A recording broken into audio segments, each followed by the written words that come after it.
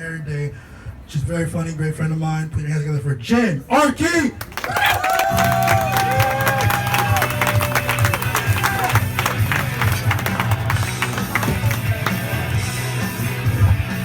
It's my show, I can do that.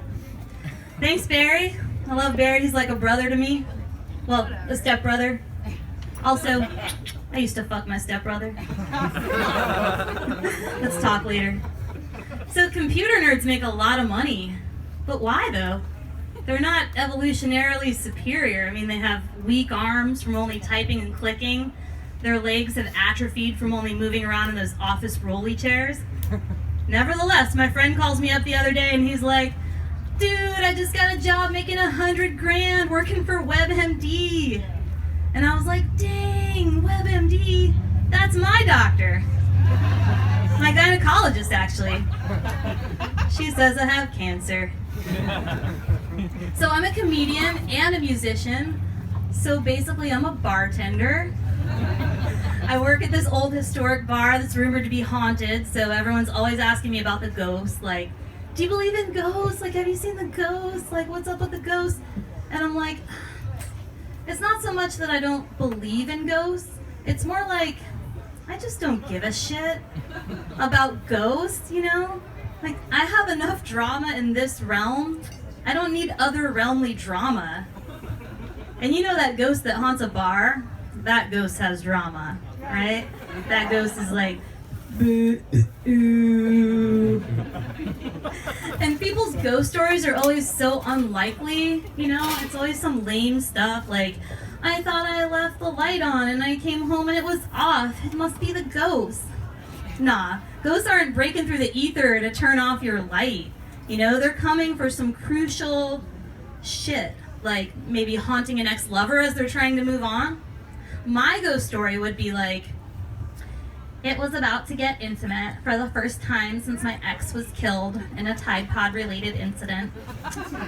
When all of a sudden, all the lights came on, the doors blew open, and an unseen force just slapped the dick right out of my mouth. I'm pretty sure it was the ghost. Yeah.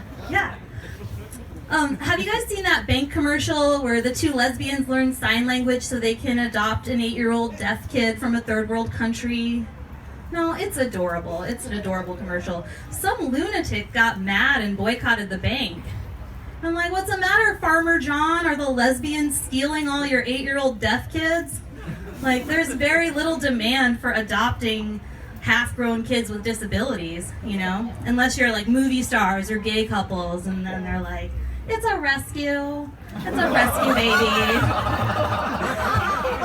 And like, adoption is expensive. It's like 30 grand. 50 grand if you want a brand new baby. So I was like, well, what do you get for 15 grand? For 15 grand, you get a 10-year-old that's been locked in a closet for half its life and has violent night terrors.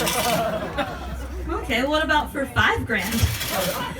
For 5 grand, you just get a 30-year-old bedwetter with one eye, just called Lumpy.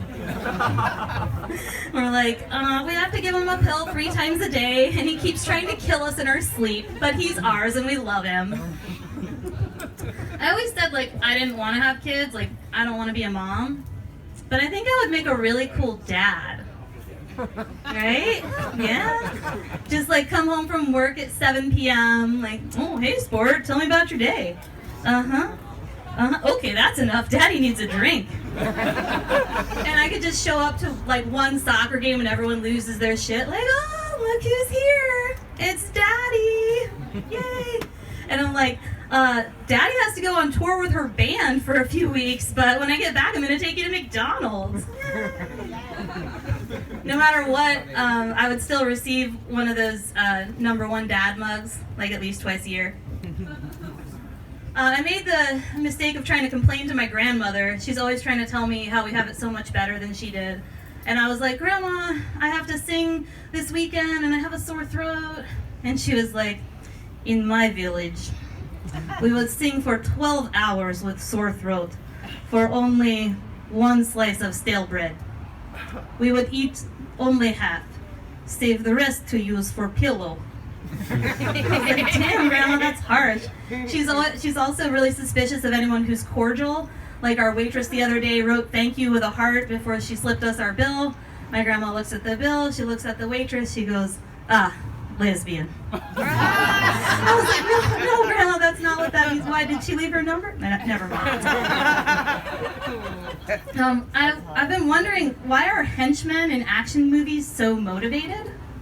Like, what motivates them? They see 5 guys around them get taken out and just keep coming without any concern for their own mortality? Like, what are they paying henchmen these days? Do they even have 401ks? Do they have Obamacare?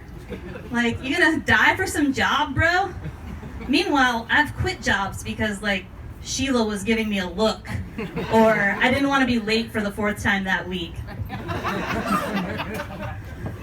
I guess my favorite pickup line ever to be shouted at me across a gas station parking lot has got to be, "Shorty, what you think?" Right? Shorty, what you think? Because they're asking about my mind, my intellect, right? It's like they're saying, "Excuse me, I'll comment on that fine ass in a moment, but for now, can I get your opinion on some matters? Shorty, what you think?" That's also how I lost my virginity. So it works, it works. I don't know if you've noticed, if you've been coming to these shows for a while, but comedians got problems, right? They're all like depressed, they have anxiety, some of them haunt bars. And I was like, why? Like, why are we all so depressed and messed up? And I thought either it's because we realized that those would be the prerequisites to getting our medical marijuana cards, right? Or somewhere in town there's a therapist who's saying, "That's all the time we have for today. But if you want to talk some more about your feelings, there's an open mic Tuesdays at the midnight."